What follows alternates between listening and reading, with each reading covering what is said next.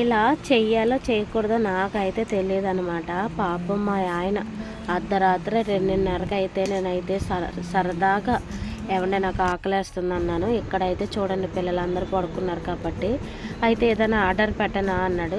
Order ఏమొద్దు కానీ నువ్వు నిద్రపోకుండా నా కోసం నేను ఇష్టం ఉంటే ఒకవేళ ఉప్మా చేసి చూద్దాం, నువ్వు ఉప్మా బాగా చేస్తావు కదా అన్నాను.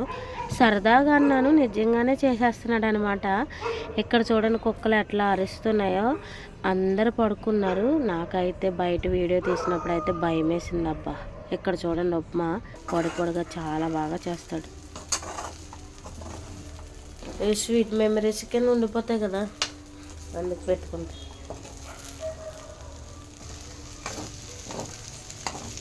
ఇంకా అప్పుడప్పుడైతే పన్నీగా ఇలా భర్తలతోటి ఇలా చేయాలన్నమాట. మనకు కూడా స్వీట్ మెమరీస్ కింద ఉండిపోతాయి కదా.